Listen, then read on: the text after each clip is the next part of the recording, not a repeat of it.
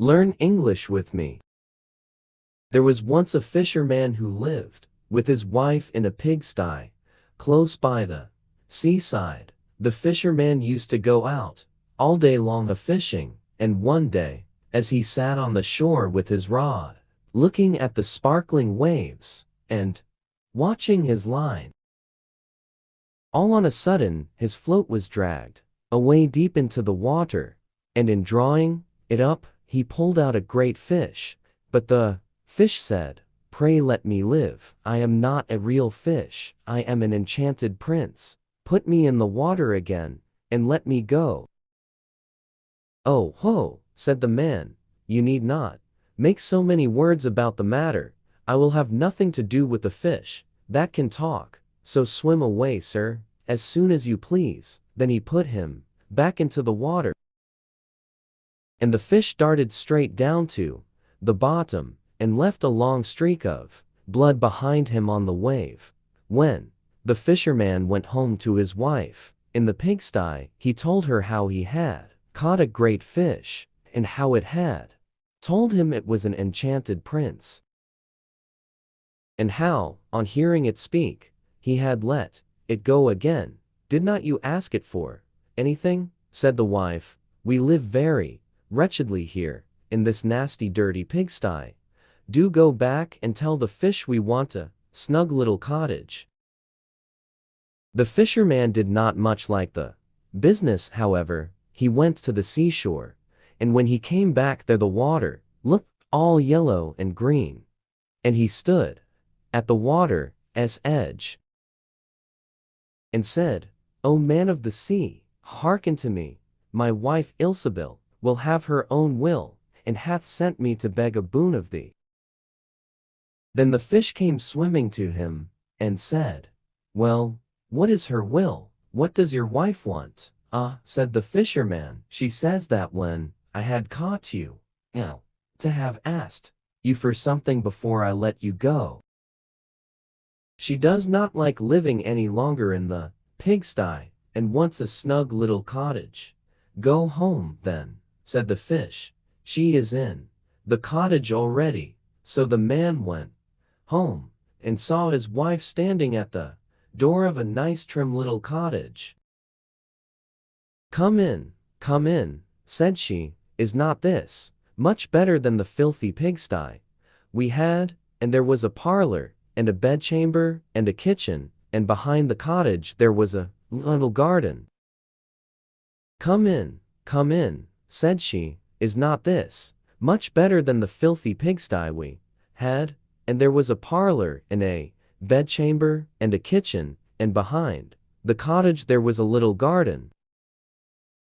Come in," said she. "Is not this much better than the filthy pigsty we had?" And there was a parlor, and a bedchamber, and a kitchen, and behind the cottage there was a little garden, planted with all sorts of flowers and fruits, and there was a courtyard behind, full of ducks and chickens. "Ah," said the fisherman, "how happily we shall live now." "We will try to do so, at least," said his wife. Everything went right for a week or two, and then Dame Ilsebil said, "Husband, there is not near room enough for us in this cottage. The courtyard and the garden are a great deal too small. I should like to have a large stone castle to live in." "Go to the fish again and tell him to give us a castle." "Wife," said the fisherman, "I don't like to go to him again, for perhaps he will be angry.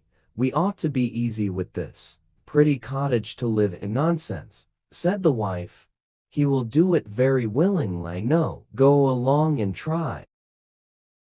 The fisherman went, but his heart was very heavy, and when he came to the sea, it looked blue and gloomy, though it was very calm, and he went close to the edge of the waves and said, "O man of the sea, hearken to me. My wife Ilsebil will have her own will, and hath sent me to beg a boon of thee." "Well, what would she have now?" said The fish, "Alas," said the poor man, "my wife wants to be king." "Go home," said the fish, "she is king already." Then the fisherman went home, and as he came close to the palace, he saw a troop of soldiers and heard the sound of drums and trumpets. And when he went in, he saw his wife, sitting on a throne of gold and diamonds, with a golden crown upon her head, and on each side of her stood 6 fair maidens, each a head taller than the other. "Well, wife," said the fisherman, "are you king?" "Yes," said she, "I am king." And when he had looked at her for a long time, he said, "Ah, wife, what a fine thing it is to be king. Now we shall never have anything more to wish for as long as we live." "I don't know how that may be," said she. "Never is a long time. I am king, it is true, but I begin to be tired of that, and I think I should like to be emperor." "Alas, wife, why should you wish to be emperor?" said the fisherman. "Husband," said she, "go to the fish. I say I will be emperor." "Ah." "Wife," replied the fisherman, "the fish cannot make an emperor, I am sure, and I should not like to ask him for such a thing." "I am king," said Ilsebil, "and you are my slave, so go at once." So the fisherman was forced to go, and he muttered as he went along, "This will come to no good. It is too much to ask. The fish will be tired at last, and then we shall be sorry for what we have done." He soon came to the seashore, and the water was quite black and muddy, and a mighty whirlwind blew over the waves and rolled them about. But he went as near as he could to the water's brink, and said, "O man of the sea, hearken to me. My wife Ilsebil will have her own will, and hath sent me to beg a boon of thee." "What would she have now?" said the fish. "Ah," said the fisherman, "she wants to be emperor." "Go home," said the fish, "she is emperor already." So he went home again, and as he came near, he saw his wife Ilsebil sitting on a very lofty throne made of solid gold, with a great crown on her head, full 2 yards high, and on each side of her stood her guards and attendants in a row, each one smaller than the other, from the tallest giant down to a little dwarf no bigger than my finger. And before her stood princes and dukes and earls, and the fisherman went up to her and said, "Wife, are you emperor?" "Yes," said she, "I am emperor." "Ah," said the man, as he gazed upon her, "what a fine thing it is to be emperor." And before her stood princes and dukes and earls, and the fisherman went up to her and said, "Wife, are you emperor?" "Yes," said she, "I am emperor." "Ah," said the man, as he gazed upon her, "what a fine thing it is to be emperor." "Husband," said she, "why should we stop at buying emperor? I will be pope next." "Oh, wife," said he, "how can you be a pope? There is but one pope at a time in Christendom." "Husband," said she, "I will be pope this very day." "But," replied the husband, "the fish cannot make you pope."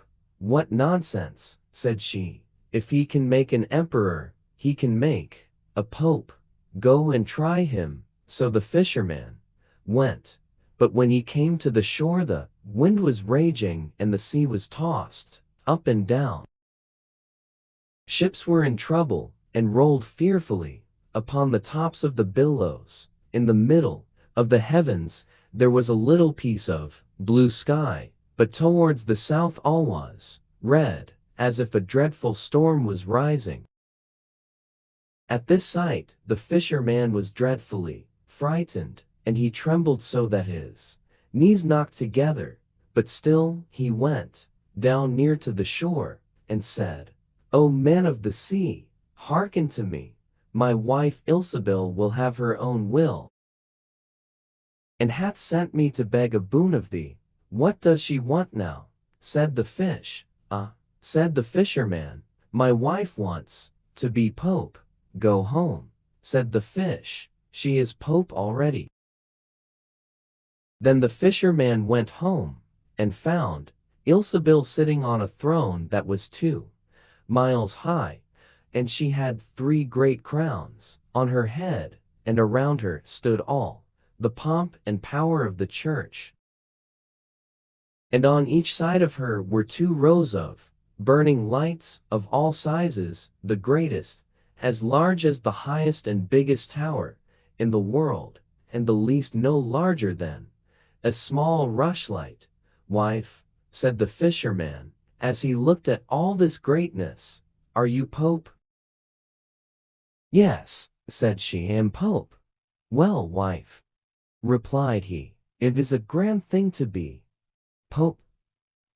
And now you must be easy, for you can be nothing great, or a will." "Think about that," said the wife.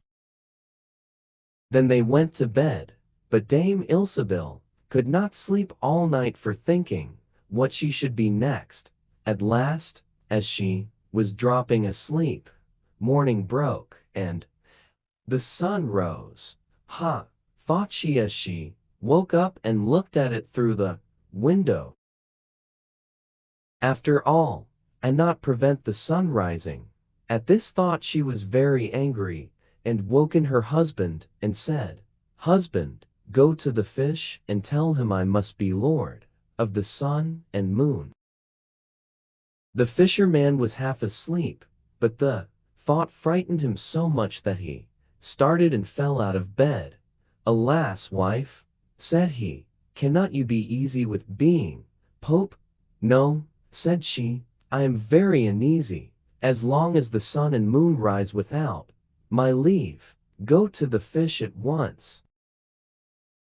Then the man went shivering with fear, and as he was going down to the shore, a dreadful storm arose, so that the trees and the very rocks shook, and all the heavens became black with stormy clouds, and the lightnings played, and the thunders rolled, and you might have seen in the sea great black waves, swelling up like mountains, with crowns of white foam upon their heads. And the fisherman crept towards the sea, and cried out, as well as he could, "O man of the sea, hearken to me.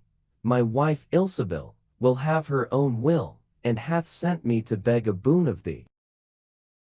"What does she want now?" said the fish. "Ah," said he, "she wants to be lord of the sun and moon." "Go home," said the fish, "to your pigsty again, and there they live to this very day."